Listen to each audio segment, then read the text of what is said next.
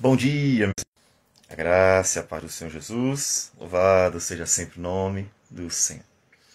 O apóstolo Paulo está nos revelando o Evangelho que é fundamental para nós podermos verdadeiramente ter comunhão com Deus e, nessa comunhão, a salvação em Cristo Jesus.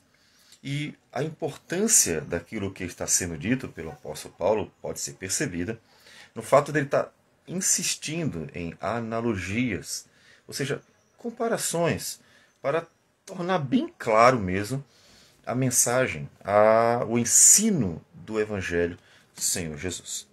E nesse momento em que nós estamos no capítulo 6 agora, vamos para o 7, estamos vendo como ele está se referindo à nossa libertação da lei, pensando na lei cerimonial e, fundamentalmente, do pecado. Ele vai tratar essas duas questões. Primeiramente, ele vai mostrar como estamos libertos do pecado porque morremos com Cristo. Mas nós também estamos libertos da lei que, de um lado, nos julgava e, portanto, condenava, tendo em vista que todos são pecadores, mas também pensando no caráter cerimonial da lei que nos prendia e exigia de nós uma constante prática ritual para satisfazer as ordenanças divinas. Então o apóstolo Paulo precisa mostrar que nós estamos vivendo pela graça do Senhor, que já foi cumprido tudo que Deus havia ordenado, pensando fundamentalmente na lei cerimonial, e que nós estamos vivendo agora segundo a graça que opera em nós, não só operou pela manifestação de Cristo, mas ainda opera em nós porque o Espírito Santo nos foi dado. Para quê? Para nos capacitar a viver segundo Deus, ou seja, para não mais pecar. E é essa a questão da libertação do pecado. Então, para entender como fomos libertos, como encerrou completamente aquele passado, tanto passado em relação ao pecado, quanto também em relação àqueles que estavam presos à lei cerimonial e tinham obrigação de estar cumprindo, e aí, obviamente, especificamente mais os judeus, os prosélitos. Então, para mostrar isso, ele traz essa nova analogia que está no capítulo 7. E ele diz assim: porventura ignorais, irmãos, falo aos que conhecem a lei. Esse parênteses mostra que a igreja é uma igreja mista de gentios e judeus. Isso aí já é suficiente para mostrar isso. Nós vimos no capítulo 1 que a igreja é de maioria gentílica, porque ele se dirige bem claramente para ela como é a igreja de gentios dentre os gentios, né? E justifica sua escrita à igreja de Roma por ser devedor a gregos e bárbaros. E não menciona nem sequer os judeus, porque o ministério do apóstolo Paulo foi, de fato, um ministério entre os gentios. Então é a igreja de gentios, mas tem gregos também, tem judeus também. Então, ele usa de uma analogia para quem conhece, né, a lei. E nesse caso, o conhecer pode ser muito mais abrangente, é evidente. Mas mais especificamente, quem sabia da lei eram judeus ou prosélitos. Que a lei tem domínio sobre o homem toda a sua vida. Ou seja, aqueles que estavam debaixo da lei, por toda a vida estavam debaixo da lei. E aí vem a questão da importância, tanto para os que haviam sido feitos prosélitos, quanto para os que eram judeus de fato. Como é que eles iriam viver a nova vida em Cristo, libertos da lei? Ou seja, ele já explicou, libertos do pecado. Mas e a lei? E como é que a gente vai deixar de praticar a lei, né?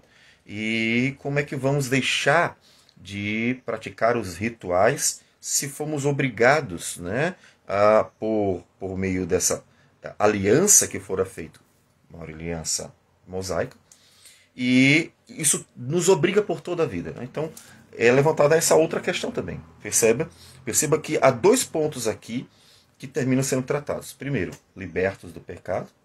porque não mais são escravos do pecado, não mais estão no império das trevas, portanto não mais devem viver no pecado como se obrigados a isso, ou seja, o devem usar da liberdade para glorificar a Deus.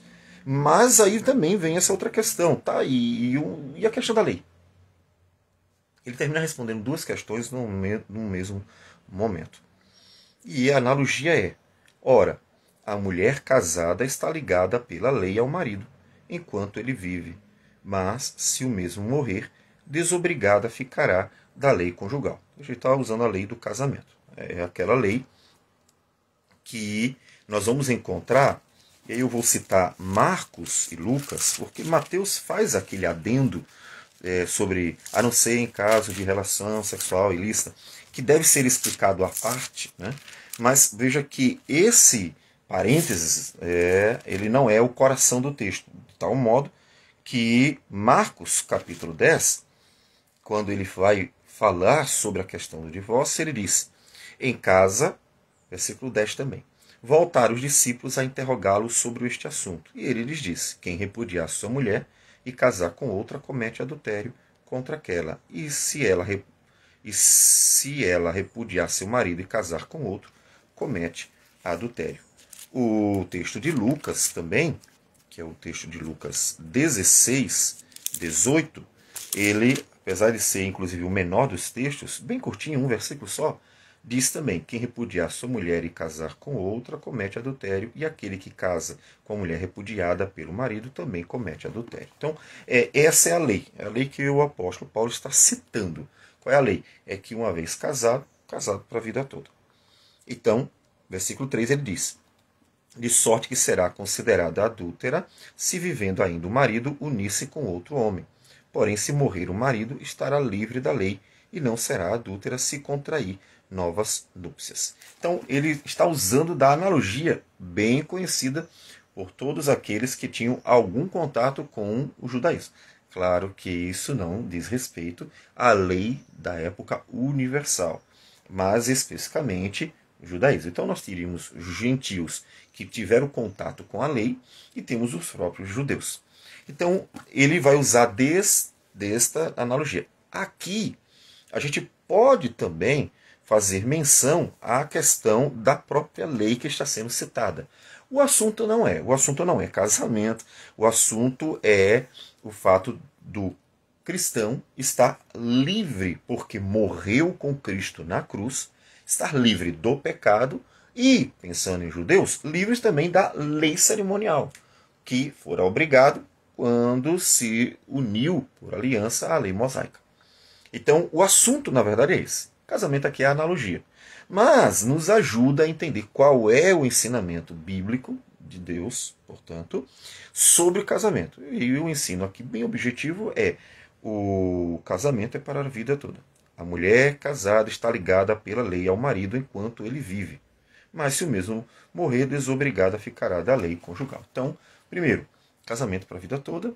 Segundo, quando morre, está livre. Então, temos dois pontos aqui.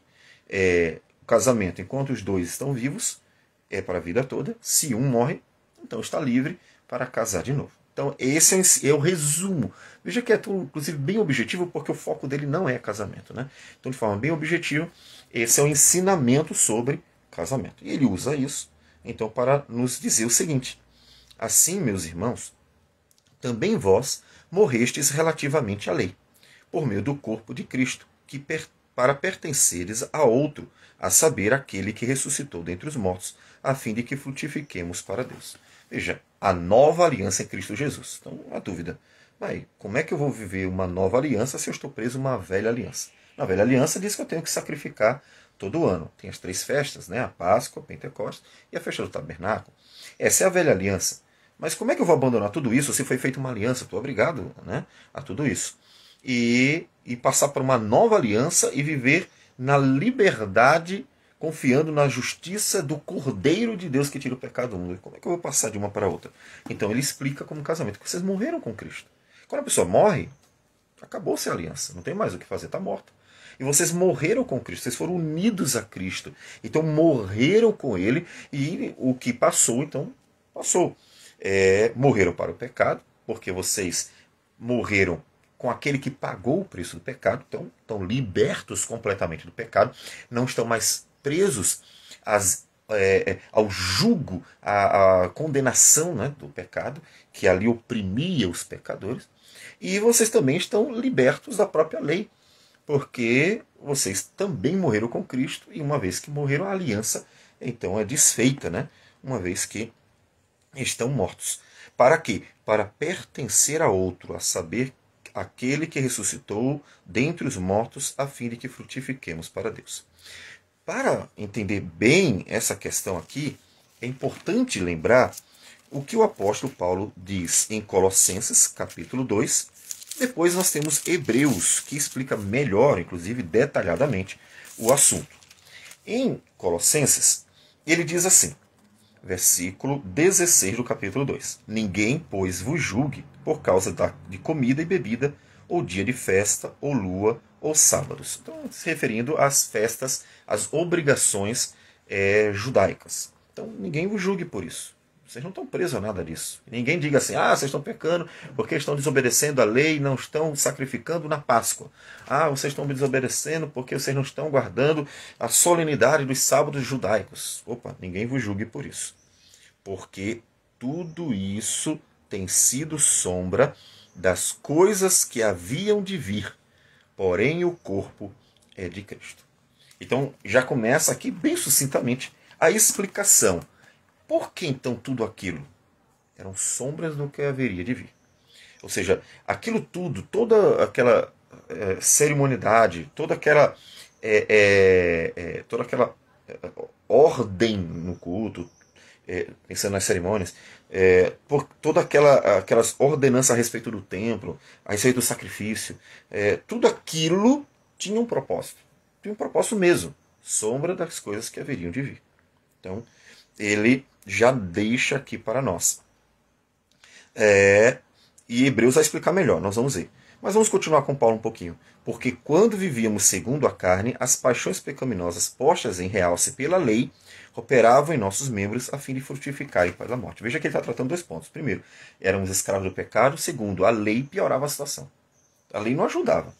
Por que a lei não ajudava? Bom, primeiro, porque a lei não tinha poder algum para justificar de fato o pecador e muito menos para santificá-lo. Só evidenciava o pecado. Então veja que ele está tratando os dois pontos. De um lado, o pecado, que eram escravos, de outro lado, a lei, que só deixava em evidência, olha, você é pecador, porque a lei diz, não matarás, e você mata. Então, só evidenciava o problema. E aí, o que então Hebreus nos diz sobre esse caráter da lei, que na verdade era sombra daquilo que haveria de vir, Cristo Jesus. Ele diz no capítulo 10, Hebreus diz assim, ora, visto que a lei tem sombra dos bens vindouros, não a imagem real das coisas, ou seja, a lei aponta para uma realidade. Por exemplo, o sacrifício do cordeiro na Páscoa, né? Não só na Páscoa, mas todos os outros. Mas o sacrifício do cordeiro era uma sombra, era uma figura do verdadeiro cordeiro. Quem é o verdadeiro cordeiro? Jesus Cristo. Então, uma vez que veio o verdadeiro cordeiro, tudo que é sombra passou. Eu gosto muito de fazer a seguinte analogia. Imagine que você viaja, né? Seu marido, seu cabeça da casa, viajou, foi para muito distante a trabalho, e durante esse período da viagem, você está se comunicando com a sua família por carta, né? E aí você escreve com certa frequência. Né? Vamos pensar nas cartas, só para facilitar, tendo em vista que a comunicação de hoje é muito imediata, né? Então aquilo dali vai alimentando, né, durante o período de saudade, de distância, vai alimentando o relacionamento. E aí você comunica por carta. Só que tem um momento que você chega. Quando você chega, então as pessoas da sua família vão ver você. A carta substitui você. Ela é uma figura de você.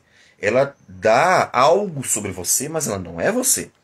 Então, quando você chega, você substitui a carta. Você não vai estar dentro de casa escrevendo carta para sua família. Por quê? Porque você está lá, você pode pessoalmente conversar com ela. Então, isso é como uma sombra. E aí ele diz que a lei cerimonial era uma sombra dos bens vindouros, não a imagem real das coisas. Nunca jamais pode tornar perfeitos os ofertantes, com os mesmos sacrifícios que ano após ano perpetuamente lhes oferece. E uma prova de que eram sombras é que elas têm que se repetir. Observe que o sacrifício de Cristo é a realidade que esperávamos. E foi feito uma vez por todas. Jesus não precisa morrer todo ano. Jesus não precisa morrer todo domingo. Ele morreu uma vez por todas, porque ele é a realidade. A verdadeira morte sacrificial, substitutiva, é o sacrifício de Cristo. Então não precisa se repetir. Mas como lá era sombra, figuras, tem que se repetir. Por quê? Porque é só uma figura do que haveria de vir, da realidade.